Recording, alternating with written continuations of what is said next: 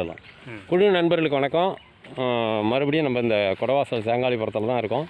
இது மற்றும் ஒரு பதிவு. இந்த வேளாண்மை துறையினுடைய அடிப்படை புரிதல் அவங்களோட துணையோட 8 அடிக்கு ஒரு கன்று கொய்யா கன்று, 10 அடிக்கு ஒரு நெல்லி கன்று அப்படின்லாம் வச்சுருக்கிறாங்க.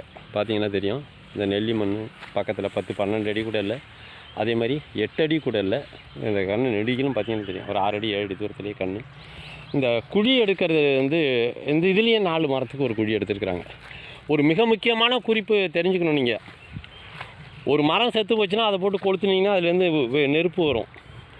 ஒரே பொருளை நன்மைக்கும் பயன்படுத்தலாம், தீமைக்கும் பயன்படுத்தலாம். கத்தியை கூட கொலை பண்ணுறதுக்கும் பயன்படுத்தலாம், உயிரை காப்பாற்றுற அறுவை சிகிச்சைக்கும் பயன்படுத்தலாம். நம்ம நிறையா சொல்லியிருக்கிறோம் குழியை பற்றி.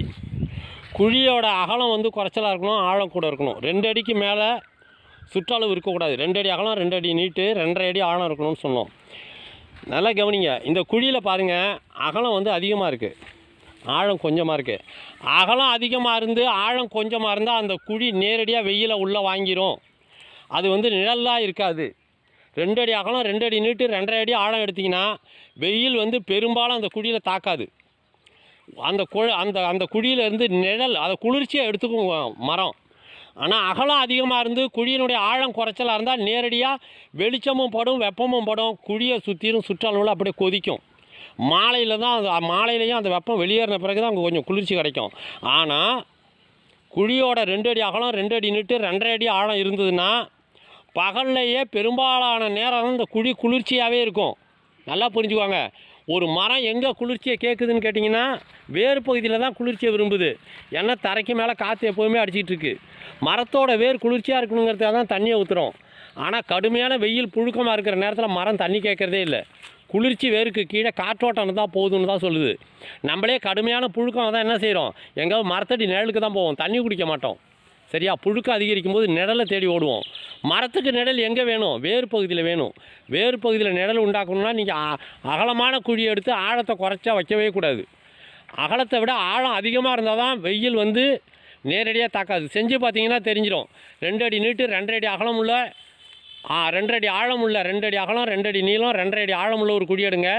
கொஞ்சம் தள்ளி 2.5 அடி அகலம், 2.5 அடி ஆழம், 2 அடி ஆழம், 2 அடி ஆழம், 2.5 அடி அகலம், 2.5 அடி நீளம் உள்ள ஒரு குழி எடுத்து பாருங்கள்.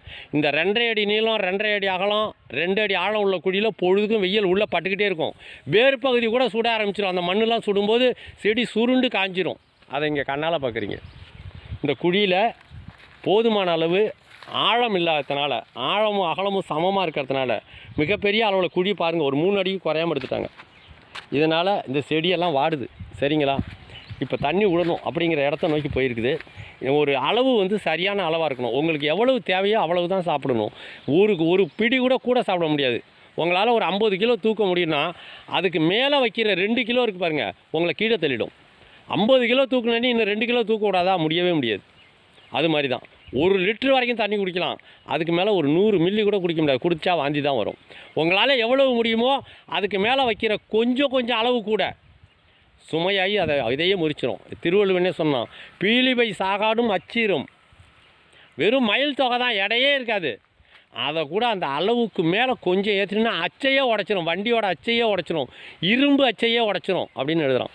அது மாதிரி தான் இந்த குழியை நீங்கள் சுகமாகவும் நிழல் தர்ற குழியாகவும் மாற்ற முடியும். ஒரு செடிக்கு தண்ணியே இல்லாட்டின்னு போனால் கூட செடியை பத்திரமா வச்சுக்கிறதுக்கும் இந்த குழியை பயன்படுத்தலாம். அதே குழியை நீங்கள் அந்த செடியை கொல்றதுக்கும் பயன்படுத்தலாம். நல்லா புரிஞ்சுக்கோங்க. செடியோட அகலம் நீளம் அதை விட ஆழம் அதிகமாக இருக்கணும். பெரிய அளவிலான அதுக்காக நான் குழியை அகலமாக போட்டுட்டேன், அதனால் ஆழத்தை இன்னும் அதிகமாக்குறேன்னு இன்னும் பெரிய அளவில் குழி எடுத்திங்கன்னா ரொம்ப வேகமாக சுற்றுப்புறம் காஞ்சி செடி வந்து வாடிடும், இலையெல்லாம் காஞ்சிரும். நல்லா பாருங்கள். சரிங்களா?